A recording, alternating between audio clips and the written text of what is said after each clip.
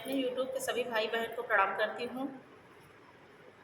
खांसी जुकाम गले में खराश के कारण मैं 2 महीने बाद अपनी खुद की आवाज़ में वीडियो डालने जा रही हूँ।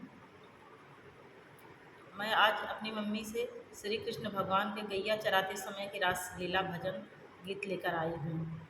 अगर आपको पसंद आए तो लाइक करें, शेयर करें, कमेंट करें और चैनल पर पहली बार आए हैं तो चैनल को सब्सक्राइब करें।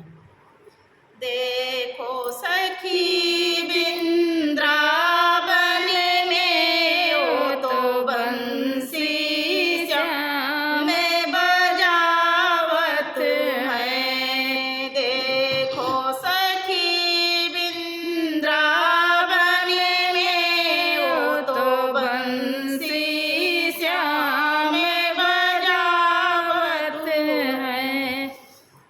सिर मोर के पंख की टोप धरे मकराकृत कुंडल कानन में। सिर मोर के पंख की टोप धरे मकराकृत कुंडल कानन में।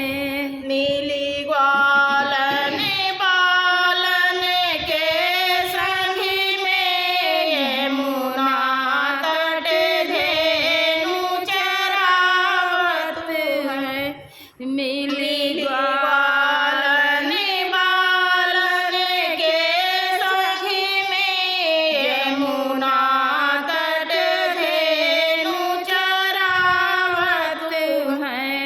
वृंदावनी से हरि रास रचे सखिया सब मिल कर गान करे।